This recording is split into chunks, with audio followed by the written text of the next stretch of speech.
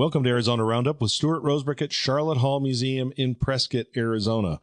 And my special guests today are Bob Boze Bell of Cave Creek, Arizona, and Thom Ross of Lamy, New Mexico. Welcome, gentlemen. Hey, hello. Well, it is great to have you both on the radio show here today, the podcast Arizona Roundup. And we have got a lot to talk about. The big news that's bringing us together today is a special exhibit at Sharlot Hall Museum called The Doctor Will See You Now, Bringing Doc and the Earps Home to Prescott. And the show features art by Thom Ross and Bob Boze Bell. Both of you have been investigating the life, history, and the mysticism and legends of Doc Holliday and the Earp family for, I'm guessing, for 50 years each or more. And let's talk a little bit about what brought you both to the table, why you're interested in these mythic, legendary men and their role in Western history. And Thom, I'll throw it out to you first. Tell me how you got interested in Western history and the Old West and these legendary characters. Well, Paul Hutton, who all these Western nuts know, is a very good friend of mine. And he's running the Cody Museum up there in Cody, Wyoming. And he was here last week to do a book signing in Santa Fe for his new book, The Undiscovered Country. And Hampton Sides asked him the same question. And Paul said, when I was 5 years old, I saw Fess Parker's Davy Crockett. That's exactly what happened to me even a couple years later. And when I met Fess Parker, I talked to him about it. And I said, you started a lot of this. He says, Thom, you don't know how many people tell me that. What I find interesting is as 5-year-old kids, Paul Hutton, or neither Paul Hutton nor I, would have been aware of what was happening in Texas when it was part of Mexico, what was Santa Anna's role, what were the Texans, what was the revolution about, all these political things. Paul Hutton and I, at 5 years old, would not have known that. Why does that story work? Why did it capture me, capture Hutton, probably capture Bob Boze Bell, and thousands of other little boys? It captured me 10 years after it captured you. Okay, so what you have here is, I did sit there go, that's an interesting story about how the Texans are revolting against the Santa Ana. I knew none of that. All I knew was this is good. And there's something there that I'm convinced as people we recognize through our DNA. This is a story that doesn't go back to 1836. It goes back thousands of years. The last stand, the battle, the hero's death, all the things the Greeks and the Romans wrote about. This is just an old story. And so somehow at 5 years old, all these little boys went, I don't know who this Davy Crockett guy is, but he's my guy. And here we are in our 70s, and he's still with us. So I think the same thing, this is what happens with Tombstone and the gunfight. It's a very minor event in American history. Nothing was really resolved. And by the time it was over, one Earp was dead, one was maimed, and they had fled to Colorado. Luckily escaping, the hangman's noose. So, but that story seems to resonate of all the gunfights, Coffeyville, Northfield, the OK Corral seems to be the one. And I'm just convinced that there is something more there than just a really neat shootout. And I think a lot of it is just in the names, Earp, Holliday, OK Corral, and Tombstone. I mean, how come none of those old-time gunfighters were Skitz Rabinowitz, or Max Smith? These names just ring. It's like when you're making a souffle, Grand Marnier souffle for dessert. It's Arthurian. If you read the tales of King Arthur and the Round Table, the names they resonate around the table. And so these stories, to make them work, it's like being a chef, and you have to have all the right ingredients. You have to preheat the oven. You got to and everything has to be right. And when it works, you have this Grand Marnier souffle with King Arthur, Galahad, Wyatt Earp, Davy Crockett, Sitting Bull, whatever it is. And that's the thing that appeals to me where it's less of the historical and more of that mythic. Where does the Isle of Avalon? Where King Arthur is waiting to come back from Avalon, along with Elvis Presley and Marilyn Monroe. So it has all this. There's something about the mythology of being a human that transcends all the years and all the cultures. And everyone, you tell them the story of Billy the Kid, they go, "Yeah, I know that story, but it's not Billy the Kid; it's Robin Hood." Okay. That's right. So that's I think it stems from Fess Parker, and then you pick up the OK Corral, and it works. You pick up Custer's Last Stand, and it works. You pick up all these stories, and they all seem to work. There's mythicism, the legends. There's tragedy. There's it's very Shakespearean, and there are these layers of history and legend that were taught from the earliest age, and it takes storytellers like Walt Disney to interpret the Davy Crockett story into the level that it becomes a worldwide phenomenon. Bob, were you a Davy Crockett guy? Yes, of course. I was flipped out just like everybody. Maybe not as much as Paul Hutton or Thom Ross. Those guys are still fanatics of that story. But as I was listening to that, Tom, I think you have one of the best quotes, which is, "We don't celebrate Wyatt Earp, we celebrate what he means." And I might have ruined that quote. What is your actual quote? Yeah, it is. I ask people, Stuart, you've seen Saving Private Ryan? Oh, for sure. Most definitely. Okay. At the end of the movie, what battle do they invoke? What battle do they invoke? Tom Hanks. They line the bridge. They're going to defend that little bridge. Yeah. Yeah, it's the Alamo. And they line it with dynamite. And what does he call it? It's their last stand. No, he calls it the Alamo. The Alamo, right. Okay. And then as they're running to two of the actors, as they're running away from the Nazis, they're going, "Alamo, Alamo, Alamo." And then when Tom Hanks dies, sitting on his butt, leaning up against the motorcycle, and that's Jim Bowie. So Steven Spielberg was not trying to say the Battle of the Alamo happened in northern France in June of 1945, but he definitely invokes it, and that's the meaning. That's what Bob was talking about Wyatt Earp. The Alamo is one thing. What it means is not confined to 1836. In the fictional movie, June 1945, this fictional sergeant or commander invokes the Alamo again.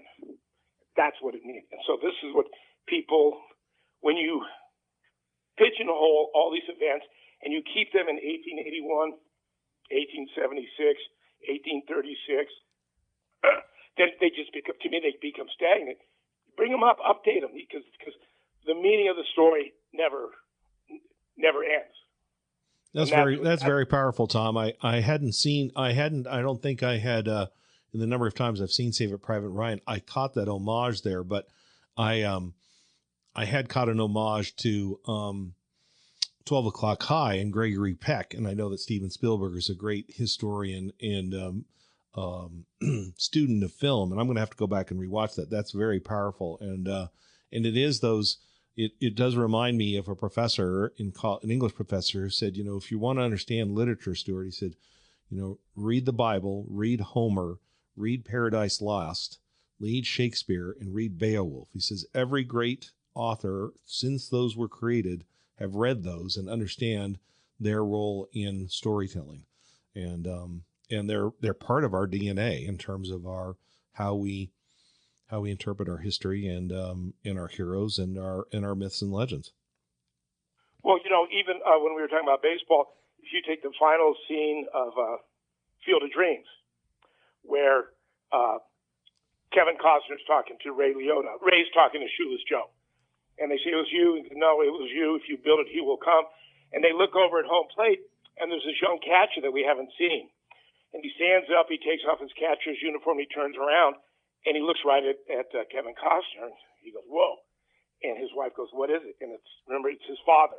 Oh, yeah, that's right. Okay, so who are the three men on the field at the end? The father, the Son. Son, and the Holy Ghost. Right. There they are. Wow. Okay, so when you learn to see what these, in this case, filmmakers, Cool Hand Luke, remember after he eats the 50 eggs, he's lying on the table like the crucified Jesus. It's all intentional. And if you don't know how to see those when they're there, you're, like I said, I tell people, I say, when I watch Field of Dreams with other people, we're watching two different movies. They're watching this cute little baseball movie, and I'm watching this biblical epic that has God, Noah, Job, Mary Magdalene, Satan. Remember when the realtor says, Ray, we'll let you stay in the house for free. Sign this. And Ray, it says very non-biblically, sorry, pal, I can't do it. There's the temptation of Jesus from Satan. Right. And the same guy playing Satan, when the young girl is revived, comes back to life when the doctor helps her, which is the Lazarus story. That's when the realtor, who is Satan, says, when did these ball players get here? Now he can see. That's wild. Yeah, so it's artists, filmmakers, painters, anything. They will hide that stuff in there, and they want you to see it, but they're not going to be pornographic about it. You have got to see what is right in front of your eyes. And this is, and the OK Corral falls into that as the ultimate battle of good and evil. Well, that's going to be a good place for us to take our first break. And we're going to come back and talk about the metaphorical history and nature of the art show that we have here, and how Bob and Tom did their own walk down to discover the truth behind the lives of Doc Holliday and Wyatt Earp. We'll be right back on Arizona Roundup.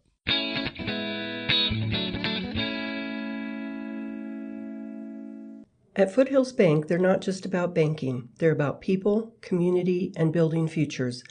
Whether you're managing personal finances, growing your business, planning for retirement, or buying your dream home, their friendly team is there to guide you every step of the way. Stop by your local Foothills Bank today.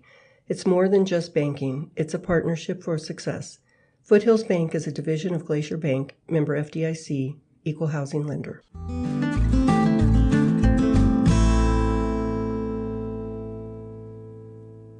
Welcome back to Arizona Roundup with Stuart Rosebrook at Sharlot Hall Museum in Prescott, Arizona. And my special guests today are Bob Boze Bell and Thom Ross. And we're talking about artwork, how it inspires the soul, and the heroes and villains of the West, how things transcend time and literature, and also about the big show we have here at Sharlot Hall Museum, The Doctor Will See You Now, bringing Doc and the Earps home to Prescott. Now, on November 13th at 4:30 p.m., our gates are going to open here to the public at Sharlot Hall Museum. And Tom and Bob, I'm so grateful that both of you will be here on campus. And we have this wonderful exhibit in our West Gallery that combines your interpretations of Doc Holliday, Wyatt Earp, the gunfight behind, or the street fight in Tombstone. And Bob, let's talk a little bit about Doc Holliday, because he's really the center of what brings this show together. And here in Prescott, which usually gets about 2 or 3 minutes of airtime in every interpretation of the Earps and Holliday, going to Tombstone. So let's talk a little bit about, both of you, how you're inspired about Doc Holliday and how this show came about, Bob. Yeah, I'm a big fan of The Good Doctor, and I through my research doing on the OK Corral, all roads lead back to Prescott, and that's so interesting because we all, like you say, we think of them as reciting in Tombstone, and then the story takes place and they leave. But they all came to Prescott, starting with Virgil Earp. He came and he ran the mail from I believe it was Cottonwood, wasn't it, over the hill to Yeah, Prescott? He was picking up jobs. He was running mail out in the Verde Valley and then up over the Crook Trail to Prescott, and I think maybe even down to Gillette and some of the early lines of, before the road even went all the way down to Prescott. Down to Phoenix. The other thing that's so, just mentioning all those little towns, is that how the distances they would travel. And this just recently came out. We did an article on a feature on it in True West. Is that Doc is with Big Nose Kate, and they start to go to Tombstone, I believe, and they end up at Tip Top, which is behind the Rock Springs Bay, if you've ever gone up I-17 on the way to Flagstaff. And then she goes on, and he goes back to Prescott, and then he goes back to Las Vegas, New Mexico by stage. And this is I think it's like 572 miles, and the guy has tuberculosis, and goes all the way back there, then comes back, and then goes to Tombstone. And so we researched, what kind of a wagon would he be on, and there was some indication that they were very primitive wagons just prior to the famous, stagecoaches we're used to seeing in movies. And one guy's describing about how he had to be in the back seat with all the mail. There was these mail bags, and so he put his feet over the side of the wagon, but it scared the mules, and the driver reprimands him, and you're going. And every time I go to Santa Fe or Albuquerque from Arizona, I'm thinking, oh my God, they're out there in a wagon, and the guy has TV. Anyway, that kind of stuff just I love. And Tom, you live currently in Lamy, New Mexico. Is that right? Now, is that off the Santa Fe Trail? Yeah, I'm south of the Santa Fe Trail, about 6 miles. So last night I gave a talk here in Prescott about Sharlot Hall and how she became an Arizonan. And she and her family moved to Arizona in 1882. They traveled over the winter months, similar to the Earps, and they came from near Medicine Lodge, Kansas in November 1881, arriving in Prescott area in February 1882. But what I find interesting and where I'm going with this, Bob, is we've done this research because the great authors, Casey Teffertiller and Bob, your books on Doc Holliday and Wyatt Earp, and then Gary Roberts' book on Doc Holliday, they talk about this moment that, and we know in storytelling, everyone moves to the drama, right? They don't, and if Kevin Costner had done his miniseries instead of his movie, when he saw, Tombstone, the competition of Tombstone, we may have gotten more of this story. And, Bob, I know I've heard great stories of your road trips back and forth from Arizona to Iowa. My parents' station wagon basically went across the Mojave Desert from Los Angeles to Phoenix. And Tom, did you grow up, were your families road trippers? Did they take car trips in the 50s and 60s? Oh, yeah, no. I grew up in Sausalito, California, just north of San Francisco. Sure. And a lot of who I am comes from my parents' love of history, music, travel. But one time, my dad and my sister and I were driving from San Francisco to Miami, where we rented a sailboat and sailed out in the Bahamas. Now, in your mind, you could draw a direct line from San Francisco to Miami. My dad, we went via the Little Bighorn. Now, my dad does not care much for this kind of stuff, but he knew I did. So my dad drove us hundreds of miles out of the way so that he could take me to the Little Bighorn. And on the way back, we came the southern route from Miami, and we stopped, of course, at the Alamo. I think that was 75. I think that was the first time I ever saw it. And then when we got to West Texas, I took the car. I left my dad and my sister on the side of the road, and I drove in to see John Wayne's the Alamo set he built, and I had it all to myself as the sun was setting. Oh, my gosh. And then we drove into Arizona to the OK Corral. And I know that my dad loved history, but to him, this constitutes more like pop culture. But for the sake of who I was, he said, on the way to Miami, we're going to stop by the Little Bighorn. On the way back, we're going to go to the Alamo and the OK Corral.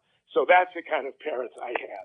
That is remarkable. And I think that at the heart of what we're talking about, and I love that, because at the heart of this story of the bringing Doc and the Earps home to Prescott is a road trip. And so I have imagined in my mind, and I've talked to Bob about this, that was it a letter? Was it a telegraph from Virgil to Wyatt? Or did Wyatt read in the Dodge City newspapers about a new silver and gold, mines in Tombstone? Who was it, right? But we know that from Gary Roberts' research and Casey Teffertiller that Wyatt Earp and James load up a couple buckboards. One of those buckboards Wyatt was going to hope was going to be a new stage line. He was giving up being a lawman. And they take the Santa Fe Trail from Dodge City, and they go through Las Vegas. We don't know if they took the Cimarron cutoff. We don't know if they took the mountain route, but it was summertime. And we know, though, that they stopped in Las Vegas, New Mexico, and like they were in their own Winnebago, they said, "Hey, Doc, Kate, you want to join us?" Now, did they send a telegraph or a letter ahead of time? We knew. Obviously, Wyatt Earp knew Doc Holliday. They knew Kate Elder. They had their wives with them, James's children, and off they went. I mean, this is the road trip part of, bringing Doc and the Earps home to Prescott, which you have done. But here's this story. Now they've got it's a road trip from Las Vegas, New Mexico, across the rest of the Santa Fe Trail, onto the Beals Wagon Road and across the Mogollon Rim and into Camp Verde. There's a whole journey here that just always gets my imagination going. And then they arrive in Prescott in November of 1879. And here in Prescott, the legend explodes that, the Earps and Doc Holliday and Kate and their women are all downtown gambling and drinking. And, it's a big party before they part ways and they leave Doc and Kate. There's a split, right? And on the Earps go to Tombstone and Destiny, and then Doc and Kate have their own story in Prescott. So do you find that story, both of you, don't you find that part of the story remains untapped from artists' perspective as well as historians, and why this art show to me is kind of I hope inspires more investigation of that part of their lives? Yes, I think what motivated me was filling in some of the blanks that the popular stories do not tell, and I hope that is paid off in our art show. And of course, Thom and I. It's so interesting to hear Thom talk. Now, what's interesting to me, Thom, is you had the exact opposite. My father would never stop anywhere.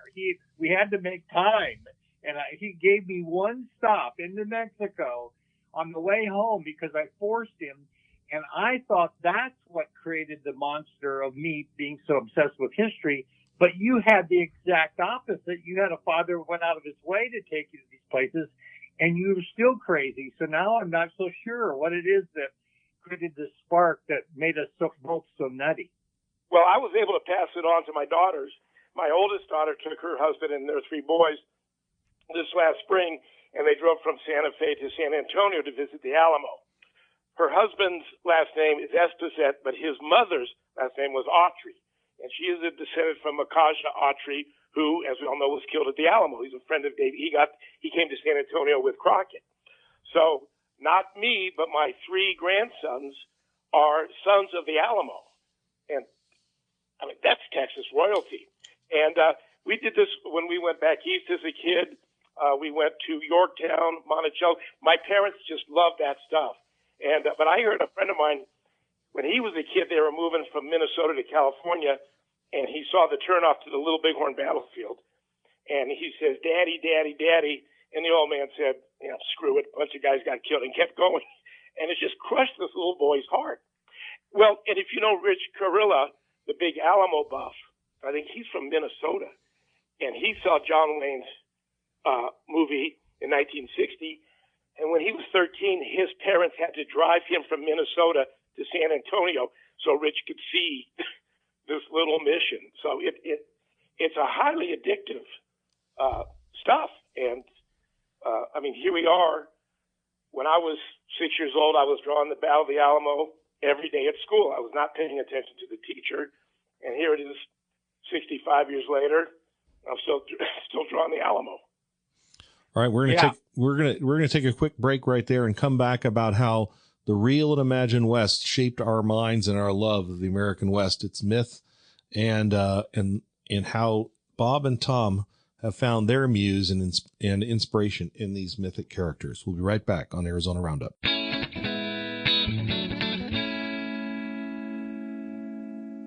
Life is full of moments we want to cherish forever. But when the unexpected happens, having compassionate guidance makes all the difference. For over 120 years, Ruffner Wakeland Funeral Homes and Crematory has been helping families in Prescott and Central Arizona honor their loved ones with care and dignity. At Ruffner Wakeland, they believe every life deserves a unique celebration. From personalized ceremonies to heartfelt support, we're here to guide you every step of the way. Ruffner Wakeland Funeral Home, here for you at your time of need. Visit ruffnerwakeland.com for more information.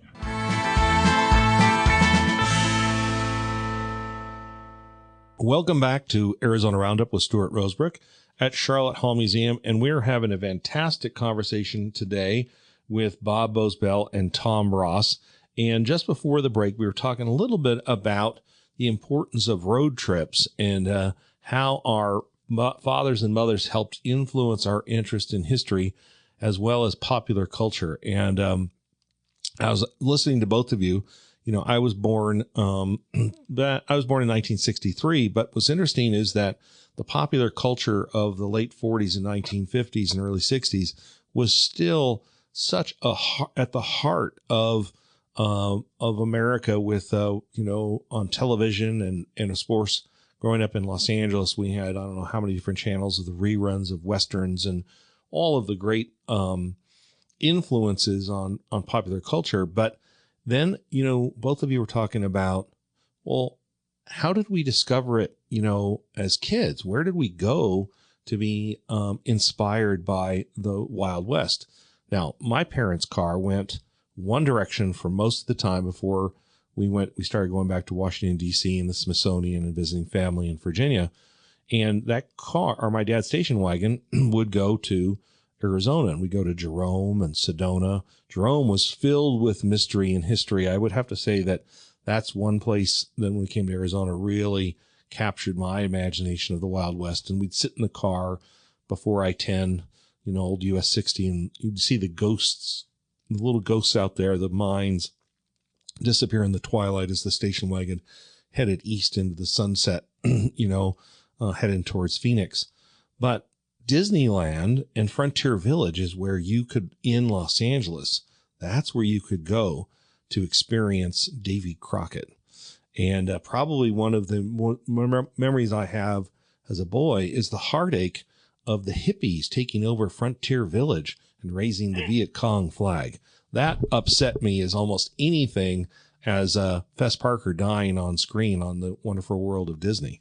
And so much of my history is inspired by what's locally in Los Angeles, the Natural History Museum, and of course, the mythic interpretation of the West by Davy Crockett by Walt Disney and Disneyland. Well, I grew up in Sausalito, and I remember sitting in my room having watched Wagon Train or Bonanza or Have Gun Will Travel, and wishing I lived in the West. I thought I lived in the East because I hadn't seen a bank robbery, a gunfight, a hanging, or a massacre. And I thought all that Wild West stuff was happening in 1955 out West. And so I was going, I can't wait to move out West. And, of course, from my front door, if I walked, 2 miles, I'd fall into the Pacific Ocean. You can't get farther west than, Sausalito, California. So I was geographically all confused from watching these Westerns on TV. And Bob, you had a moment you've talked about a great deal with your grandmother and Wyatt Earp, which of course was a defining television show. We talked a lot about Davy Crockett, but Hugh O'Brien's Wyatt Earp, he's up there with the Lone Ranger. I don't think that Gene Autry had a huge influence on boys and girls growing up in Los Angeles because he owned Channel 5 and he reran everything that he owned. And he didn't rerun Wyatt Earp. So I saw a lot of Autry and Rogers and the Lone Ranger and the Cisco Kid. But Tell me about, Bob, that moment when you were watching the Wyatt Earp and how you wanted to know more about him and his friend Doc Holliday. You know, my grandmother was from an old ranching family down by Steens Pass, New Mexico, and the boot heel there, and they ended up in Kingman. And so I would go up to my grandmother's house, and my parents would want to go on a date. They would go to the American Legion to go dancing, and so they would leave with my grandmother, and I loved to talk to her because she would tell me how we were related to outlaws, and that just thrilled me. And she would tell about stories about the outlaws coming in the middle of the night, stealing a horse and leaving a better horse. And I thought that was so great. And so this one night we're watching my favorite show on TV, Wyatt Earp, and before the theme song's over, my grandmother points at the TV and says, Wyatt Earp was the biggest jerk who ever walked the West. And so I'm looking at the TV, which never lies, and I'm looking at my grandmother and I'm thinking, wow, somebody's not telling the truth. This is crazy. And so that was really the spark for me, because I came at the story. My family didn't like him. And if you go, here's the thing. If you go to Tombstone today, the entire town, wall to wall, border to border, you know, city limits to city limits, is all about Wyatt Earp and Doc Holliday. It's everywhere. But if you go out 10 miles from town and go to a ranch, and I mean in any direction, you get the opposite story. The Earps were interlopers. They were from back east. They were Republicans. You know, at that time, all the cowboys were Democrats. And so there's this real animosity toward the Earps. And so I just found that so fascinating. And that's what drove me. I wanted to find the truth about him. And people ask me all the time, do you think he was a jerk? And I go, no, he was a human being. He was a very audacious person, but with faults, just like everyone else. We're all jerks on some level. So that was the impetus for me to come to this story. Were you a Wyatt Earp fan as a boy, Tom? Probably Davy Crockett, number one, and that morphed into, because of the F. Otto Becker, the Anheuser-Busch print of Custer's Last Stand. So it would have gone probably Crockett, Custer, and then Earp. And after that, Earp opens up the whole Wild West thing more than Custer or Crockett. And then you pick up all your, then your Gunfight, then Hickok and John Wesley Hardin and the Daltons and all that follows. But, yeah, the interesting thing was what I initially believed as a young man. And then you start reading something like the De La Pena Diary, which has an eyewitness account of how Crockett was executed after the end of the Alamo. And also what bothered me is that, no, Davy Crockett died like he did in the movie or in those paintings. And that's when I said, okay, hold on.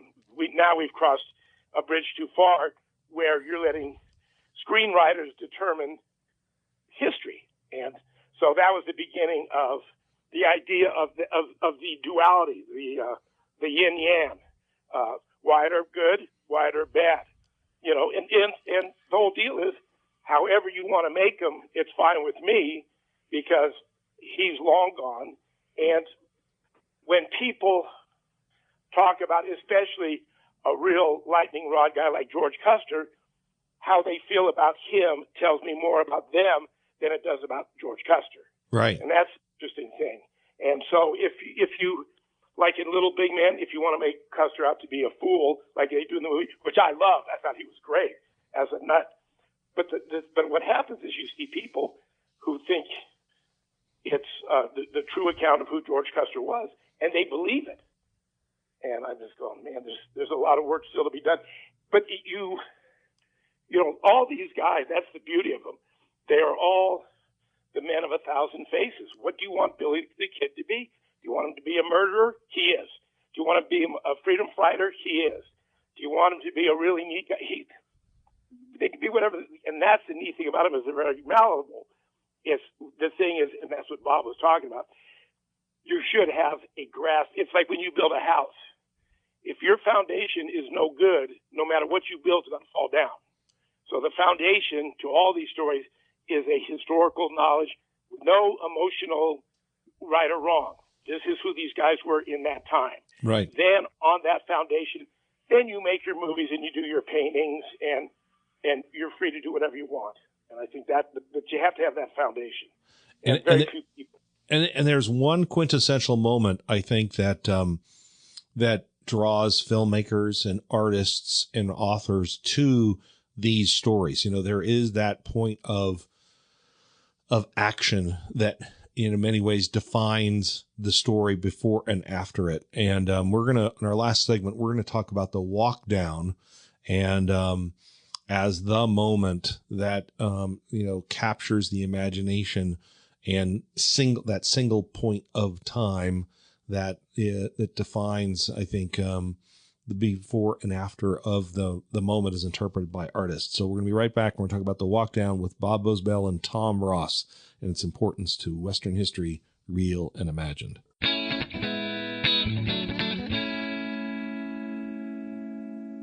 Well, once again, this has been a fascinating story, and we're not done yet. Hi, this is Stan the Radio Man. I am the leader of the Cowboy Spirit Radio Network, and I've worked with Stuart to build the podcast methodology and perhaps a little bit of the opportunity for those of you who love the Western way of life. Because you see, Western tradition may even save Western civilization. So if you are involved in writing, publishing, performing, all of the things that are helping to preserve the cowboy spirit here, not only in the USA, but as it spreads around the world, we would be glad to do just exactly what we do here, put together a program that could help you get a voice, make your mark, and tell your story to the world. So if you'd be interested in knowing more about that, Stuart and I would be glad to help you do what it is you think you are called to do. Just reach out to me at stan@witradio.net, stan@witradio.net. And remember, Sharlot Hall Museum is becoming the place, not only as a Western museum, but a place of performing and adventuring and showing people a way to make a life better for themselves and for others. And remember, the Christmas Frontier, that is coming up. So as you're making your holiday thoughts and plans, why don't you see if you can make your way to Prescott, Arizona, the mile-high cowboy city and America's favorite hometown. Well, time for us to finish up, so back to our Stuart, Bob, and Tom, and let's see what it will bring to us now.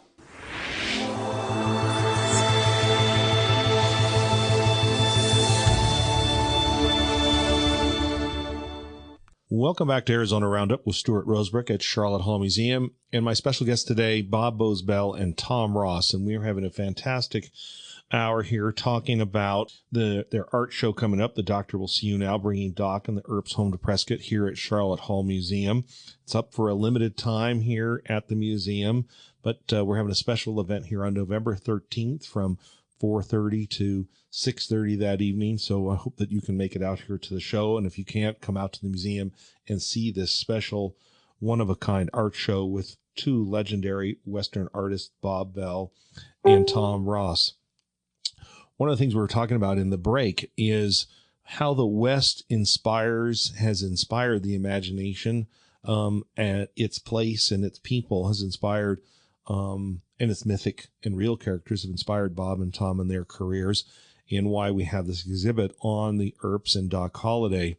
And there are events, the finality of Davy Crockett dying valiantly, trying to fight for freedom, and the Texans at the Alamo, Custer's last stand, and then the walk down. And we were talking a lot about the influence of popular culture on us and how it has inspired our careers as writers, as artists, and here interpreting history at a museum in Prescott, Arizona. My mind goes to this arc on as we're talking about film and television and its influence on us, and the walk down. And the arc in my mind is My Darling Clementine, the gunfight at the OK Corral, the Wild Bunch, and then I would jump to Tombstone. And in the middle there are all of these filmmakers in the late 60s and 70s playing around with the myth of the gunfight at the OK Corral and the Earps and Doc Holliday. They don't stick with us as much as those big three. And then I have to throw in the Wild Bunch because Sam Peckinpah, obviously a brilliant artist who interpreted the West, he almost steals the walk down from the OK Corral. And I don't think it's redone. I don't think the walk down is redone effectively until Kurt Russell's Tombstone. And but the two of you've helped keep that walk down alive through your art over the last 35, 40 years. Tom and Bob, tell me a little bit about your thoughts. And Bob, we're going to start with you on the walk down.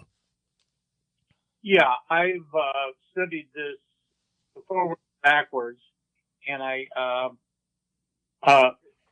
believe that Doc Holliday is the linchpin in the gunfight. If you take him out of it, you know, it really is a misdemeanor arrest gone awry. You have this element where the Earps are not dissimilar to the cowboys. They're closer than most people would think. And in fact, in the Kevin Jarre's brilliant screenplay of Tombstone, there's a scene that they never ended up in the movie, and that is Curly Bill and Wyatt Earp encounter each other over a stolen horse, which really happened in real life. Billy Cannon stole a Wyatt Earp's horse, and they ride together. And Curly Bill says to Wyatt Earp says to Curly Bill, "Can you take it easy on my brother? He's the town marshal." And at the end, Curly Bill says, "We're going to get along fine." That is a brilliant scene because it shows that they were close. They were closer than far apart. And so, but the linchpin to me of the walk down is they're coming down Fremont Street, walking four abreast in the middle of the street, and Doc Holliday realizes that the cowboys are in his side yard waiting for him. And he is so livid.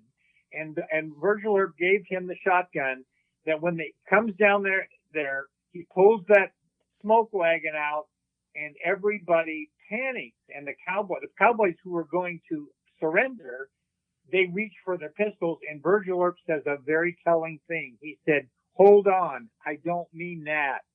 And then the fight becomes general. To me, and that's why my signature piece in this art show is The Doctor Will See You Now. And it's that moment when he pulls that smoke wagon.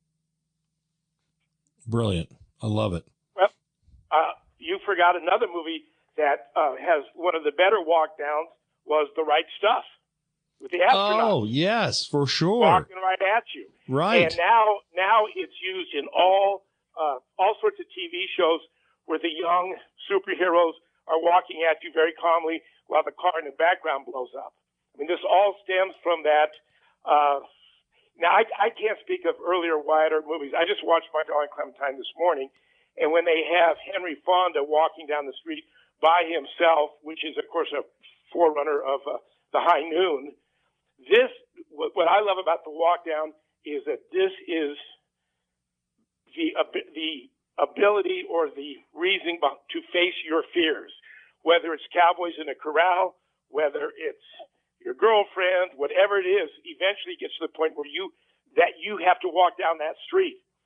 The other thing is, every year, hundreds of thousands of people go to Jerusalem to walk the Via Dolorosa, the path that Jesus walked from his condemnation up to Golgotha, where he's crucified.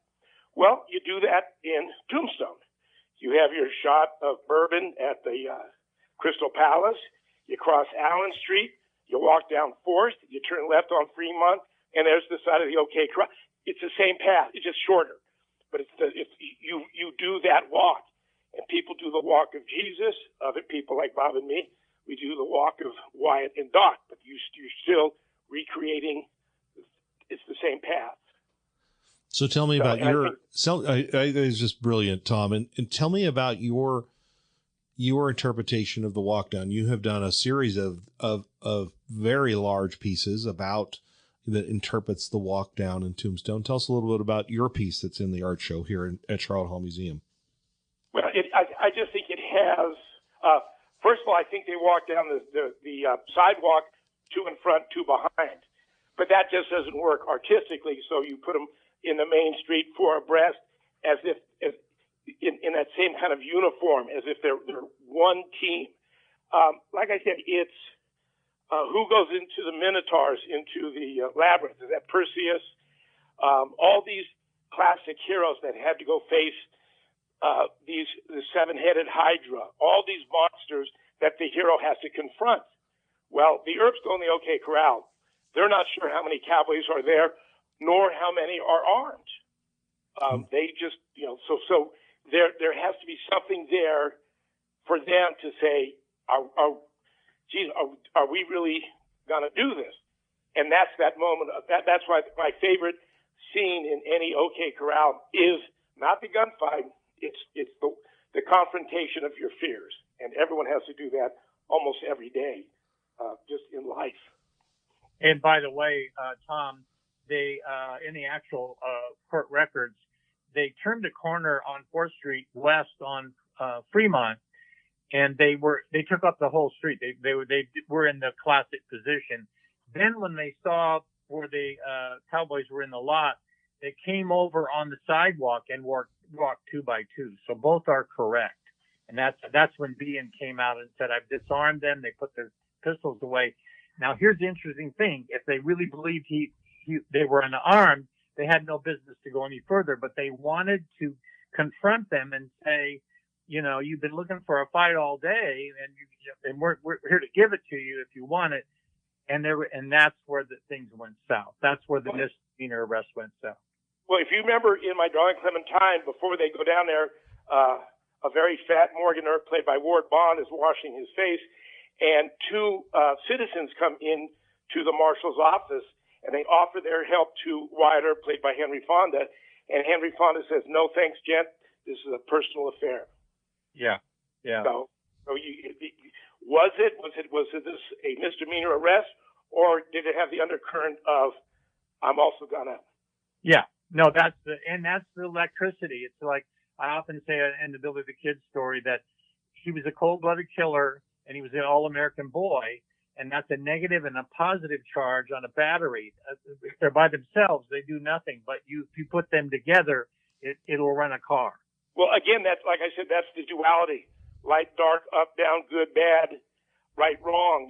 And this is what you get. Or if the Earps stay in the saloon and the cowboys stay out on the range, you don't get a gunfight.